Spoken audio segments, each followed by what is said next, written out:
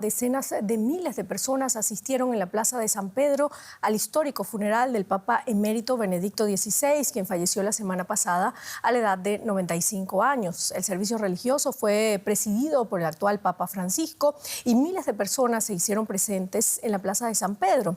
La ceremonia contó con la presencia de personalidades como la primera ministra de Italia, Giorgia Meloni, o la reina emérita Sofía de España. El final de la misa dejó un momento histórico, cuando el Papa Francisco bendijo el féretro de su predecesor. Fue un gesto solemne y lleno de respeto, aunque en los últimos meses ha tenido dificultades para caminar. El Papa Francisco hizo un gran esfuerzo para ponerse de pie y homenajear a Benedicto.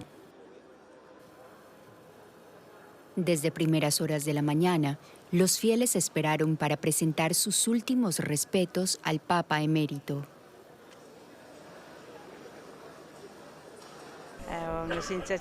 Era un hombre de gran fe y quiero seguir su ejemplo de bondad, prudencia y gran fe. Benedicto XVI fue una sólida eminencia para la Iglesia. Es una verdadera inspiración para los seminaristas de mi generación. Todos leímos sus obras en el seminario.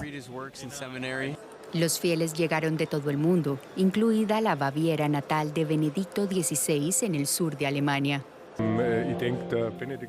Creo que Benedicto XVI ha sido el bávaro y el alemán más importante de los últimos 500 años. Termine de la regola pastorale. Benedicto fue el primer alemán en casi 5 siglos en dirigir la Iglesia Católica. Entre los mandatarios extranjeros asistentes se encontraban el presidente y el canciller federal de Alemania. A pesar del majestuoso escenario, la ceremonia fue sencilla. Benedicto XVI había elegido un ataúd de madera sin adornos para ser enterrado.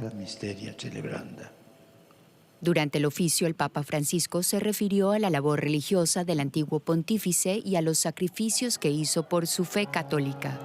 Al acercarse el final de la ceremonia, los aplausos resonaron en la Plaza de San Pedro como un último homenaje a Benedicto XVI. Según creen sus fieles, este disfrutará ahora de la vida eterna con Dios en el cielo.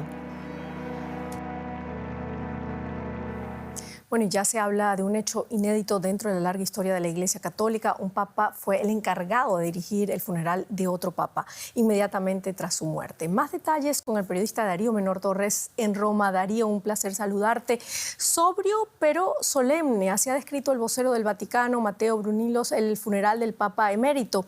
¿Qué impresión te ha dejado a ti? Pues saludos, Silvia. Así es, ha sido un funeral con la solemnidad propia de las exequias de un pontífice, aunque marcado por dos deseos. El primero, el de Benedicto XVI, que quería que esta ceremonia no tuviera grandes alaracas, que fuera sencilla, siguiendo así su deseo. El Vaticano lo ha cumplido. La segunda peculiaridad es que también la liturgia ha tenido que sufrir algunas variaciones para adaptarse a la peculiaridad de esta ceremonia, y es que por primera vez en siglos hemos visto a un papa que estaba oficiando el funeral de su antecesor. Bueno, sí, durante los últimos 10 años ha habido 2 papas vivos en el Vaticano. ¿Crees que la muerte de Benedicto cambia las cosas para el Papa Francisco en un futuro?